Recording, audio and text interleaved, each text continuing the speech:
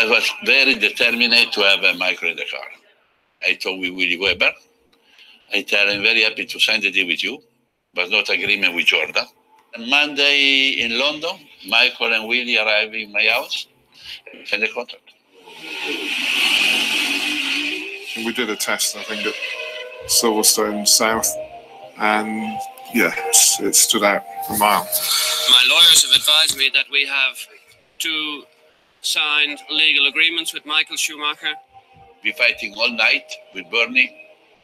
I believe I see Bernie wrong for the first time. Bernie have so many glasses I won because I was jumping from my couch to the couch with Jordan. And I tell Michael, you go to sleep. Tomorrow morning you're driving for us. Just not worry. Next day, I'm out. It works like this. I can't agree with Eddie Jordan. I wouldn't sign a contract which is not good for me. And I got a contract from Benetton which was good for me. He turned up, shiny, super fit, unbelievable speed. And I realised he was going to move the game forward in terms of fitness, strength, and an ability to deliver all day, every corner, every lap.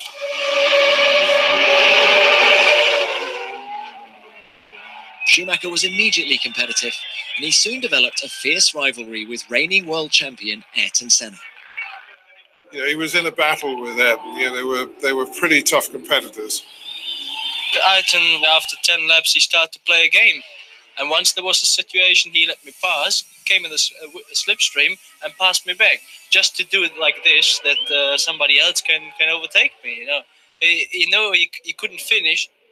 I'm really upset about Ayrton. I think it is not really necessary for 3 times world champion to do something like this. A year after Michael's debut, F1 returned to Spa. Welcome to the finest Grand Prix circuit in the world. Now, the bad news is that I fear it is going to rain. The Williams were all dominant that year, but in the rain at Spa, we were keeping them inside. Michael third, I was fourth, right on Michael's gearbox. And I'm thinking, I felt some grip. I'm going to go in and get slicks on. The track had been wet up until then. And then Michael went off in Stavolo and with a very low front wing on the car. And I thought, he's broken his front wing, for sure. I just missed the apex a bit and went a bit over the grass. Actually, I was happy that I didn't hit the barrier. I'm now third. I can still see the Williams. It's a bit wetter down here in the lower part of the track. I will go one more lap. I was behind Martin and I could see that his tires were blistered, and that was a good situation for me. And immediately I decided to go in for tire change. And into the pits now to change tires comes Schumacher. And of course he went on to win the race, but that's how it worked out.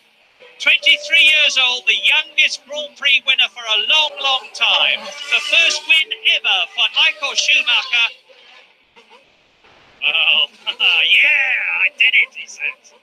I don't know why, but when I was in the motorhome today, I thought I'm able to win this race. I think the German fans have waiting a long time for Formula 1 Grand Prix victory, and I really give this victory to the German fans. Michael, any last words for anybody back at home?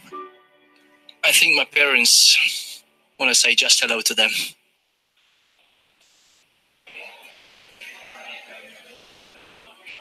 With an improved Benetton at his disposal, Michael took victory in the first 2 races of 1994. And with his great rival Senna now driving for Williams, it looks set to be a classic season.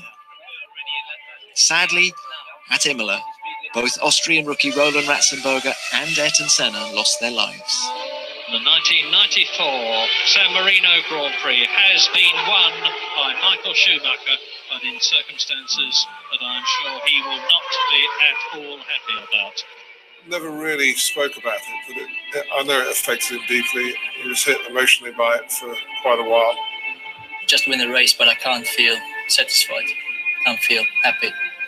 The only thing I can say about this is what we learn from this. I think there is a lot to learn from, and we have to use this. And things like this, they shouldn't happen without taking the experience from it. It's the only thing I want to say and I can say. But it must, as a racing driver, remind you of your mortality, and especially your family, and that was, you know, a pretty black period for Formula 1.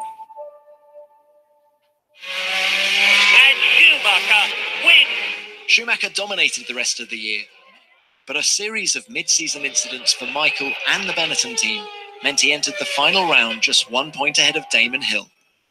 You know, Michael's a racing driver, and he came from karting, and people race aggressively in those formulas, and no one had ever said to me before we went into that race, if you try to pass him, he'll probably take you off. And that looks, Schumacher's off. Schumacher's lost time. Yeah. Hill goes by.